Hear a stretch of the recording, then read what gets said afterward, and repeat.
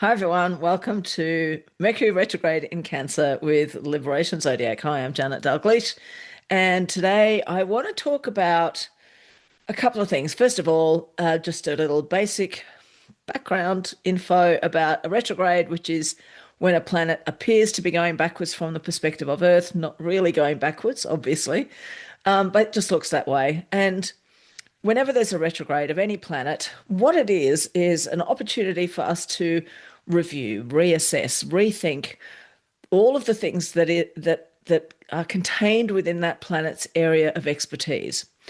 And Mercury retrograde is a really interesting one because, well, for two reasons. First of all, Mercury has his finger in so many pies. This is the messenger of the gods. And that means he's associated with all forms of communication. Anywhere there is flow, you will find Mercury at play. So that includes not just how we talk to each other, how we write and listen and read and hear, but it's also our internal dialogue, how we think, our literal neural pathways, our brain function. It's also commerce, everything to do with the flow that we experience in the world of commerce. And that's all forms of commerce, from the most simple bartering right through to the most complicated financial transactions. It's areas like systems, wherever there is a system of some kind or an automation of some kind. And of course, in most recent times, we're looking at the role of AI, not just the recent LLM generative AI, but AI in general and how algorithms work. And, our brains actually operate using algorithms as well. It's just a way that we're coded to function intellectually is through algorithms in the brain. So, and Mercury has his finger across all of that. So, of course, when Mercury goes retrograde, this is an invitation for shaking things up in all kinds of areas of our lives that all interact with each other. And there are a couple of reasons why Mercury retrograde gets a bad rap. First of all, particularly in modern times, we live in a culture that is based on capitalism, that says it always has to be relentless forward movement. Looking back, reviewing, reassessing, stopping, pausing to regroup and ascertain what's really going on, anything like that puts a dent in our productivity. So we've got to push ourselves forward all the time. And that doesn't sit well with the energy of the Mercury retrograde. And also, there is this strange phenomenon that I know we all know about, that, anything on the internet that can be turned into fear-based clickbait will be. So that has happened over the last few years. Thankfully, that seems to be changing again, and more of us are talking about the positives of Mercury retrograde, which pleases me very much, particularly since I was born under a Mercury retrograde, and the idea that somehow this phenomenon is doom and gloom for everybody, and that's part of my birth chart. I did not like that. So that's why I started looking at other options. In fact, Mercury retrograde was kind of the thing that first turned me on to the idea that we need to be asking better questions and we need to be using astrology to our benefit, not to make us all frightened. So let's talk specifically about Mercury retrograde in Cancer, because that's the season that we're in at the moment. Now, as I'm recording this, the sun is in Cancer and the whole of the Mercury retrograde happens within the sign of Cancer. So it's a very Cancerian vibe. The Mercury never moves all that far from the sun. So it only moves at most 22 degrees. So it's only ever one sign away from the sun. Usually, often it's in the same sign. And during the course of this Mercury retrograde, it'll actually go conjunct the sun, which is called a Mercury cazimi, for those who want to know the jargon. So the upshot of all of this is a very Cancerian Mercury retrograde. The end. So what does that mean? We know that Cancer is very interested in connecting heart to heart. But that doesn't just mean lovers. It means it includes lovers for sure. Well, hopefully it does. But it also includes anyone with whom we have a heart to heart human connection.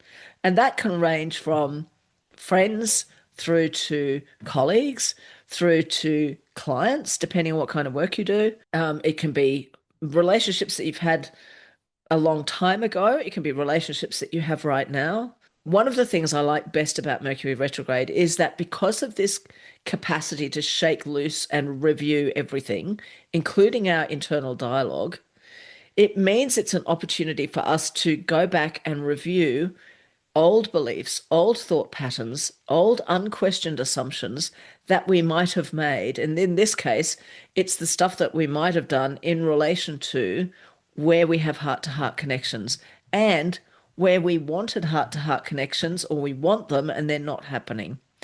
So there's a few different ways that we can use this Mercury retrograde to our benefit. And I'm just going to talk us through quickly. And if you've got any questions or anything, pop them in just reply with a comment. But here are the practical ways that I think we can lean into the Cancer Mercury retrograde energy. First of all, this has got to be a blanket rule for everything, especially during cancer time. Be kind to yourself. I cannot emphasize this enough. Be kind to yourself. One of the things that can come up when we're doing this kind of reviewing work and shaking things loose and asking ourselves questions is a sense of judgment. Like, oh, I should have done it better. Oh, I missed that thing. Oh, there's something wrong with how I did that. You may feel that there were things you did wrong and feeling remorse for those and wanting to make amends. That's perfectly legitimate. But please do it with kindness and compassion for yourself as well.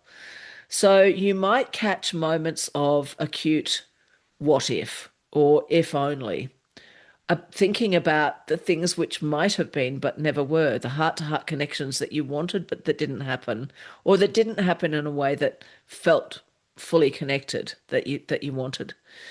You can catch moments of nostalgia for what was, for heart to heart connections that used to be to exist that don't anymore. You may even find them coming back. You may even find yourself connected weirdly to old lovers or old clients or whoever it might be with whom you had that heart to heart connection. And this is not a time for suppressing, if anything, around that. So even if it's painful, this is not about suppressing the pain. It is about very, very gently walking yourself through whatever process of witnessing or grief or sadness that your heart might feel right now, and letting it be spoken, letting it be articulated within you. Similarly, if you're struggling in a relationship right now where your heart isn't getting the kind of connection that you yearn for, this is also a good time to use your words. Now, this doesn't just mean communicating within the relationship, but for me, I think it starts with your own inner dialogue. And again, hugely compassionate towards yourself, hugely kind, but what part of the disconnect can you own? What have you brought to the disconnection that's helped it to happen? Not in a sense of blame, not in a sense of regret, just in a sense of clarity. Is there anything about this disconnection that could be partly at my door? Because Mercury retrograde gives this opportunity of reviewing. And then the other question to ask yourself is what is it that I actually need that I may never have communicated properly before? What have I hesitated to communicate to my beloved that has made the heart to heart connection difficult? Have I shut them down when they've offered love and connection because somehow at a subconscious level I wasn't ready to accept it? Have I used language that doesn't make sense to them and not made an effort to meet them where they are? Not saying that's what you've done, not saying that at all, but asking ourselves these questions from that place of kindness, just an honest self-reflection, and then being able to take that to any communication that needs to happen so that you're owning your part of it and basically able to speak your truth, but in a way that doesn't shove the blame onto somebody else. Another question that you can look at is, are you in a relationship, a one-on-one relationship that could benefit from a new and perhaps more explicit set of agreements, mutually arrived at with love and compassion for yourselves and each other? Where could you support the heart-to-heart connection through the use of the words, through the use of the intellect, bringing your mind to the game. Mercury is very word and intellect oriented because it's all about how we think and how we speak and how we communicate. And if you are tempted to try and rekindle an old relationship that's shown up out of the blue, this is where you use your due diligence. Proceed with caution. Allow yourself to think clearly. Be like Mercury, use your wit and your wiliness rather than simply tumbling into whatever it is your heart is yearning for, because we want to use that same due diligence. We're not rushing into anything when it comes to Mercury retrograde. That's the big takeaway. And the thing is about the not rushing into things is we live in this system that tells us to rush, rush, rush all the time. So the final piece that I want to offer is that even though when we're talking about the sign of Cancer, we don't normally associate that with being in business or being a professional or your purpose in the world, etc., etc. But if the work that you do, whether you own your own business or you work for someone else, if the work that you do encompasses heart-to-heart connection with other humans in any way, so that might be, it's quite obvious for me when I'm with my coaching clients, there's always a heart-to-heart connection with my coaching clients. I don't coach anybody one-to-one that I couldn't have that heart-to-heart connection with because that's just not fun for me. And it's not rewarding and it doesn't work as well. The same is true. You might be an artist, you might be an author, you might be a politician, you might be a doctor, you might be a lawyer, you might be somebody working in the corporate sector. If your work entails heart-to-heart communicate, connection to other humans, or any sense of nurturing them in any way through something or in their growth in any way, then the sign of Cancer absolutely comes into play. Or for my money, the best way to use Mercury retrograde in Cancer, if that's the kind of work that you do, is to use this as a time of reflection, a time to think about how do I want to be connected to my clients? How do I want to be connected to my patients? How do I want that relationship to unfold? And in order to fully experience heart to heart connection, we also have to encompass the whole crab. It's not just the soft, squishy interior, it's the shell and the pincers that defend Cancer. Because when we are fully defended, when we are properly boundaried, then the heart to heart connection becomes possible. So, Mercury retrograde in Cancer, even though on the surface of it, it may not look this way, this is a perfect time for reviewing your boundaries as well. So, all of these things are ways that you can use Mercury retrograde in Cancer. The other thing that you can do, and again, this is an invitation for people who have got a paid subscription, in the Cancer material that you will have received for this month, one of the items that's available in that folder that you've got access to is a meditation called the Release Meditation. And it's specifically designed for releasing the toxic elements that might exist within an existing relationship. And that is most definitely something you can use. It's something that's really effective in Cancer season. With Mercury retrograde as well, it doubles the impact. So if you haven't visited that yet, I highly recommend that that's an option you look at. So that's it for Mercury retrograde in Cancer.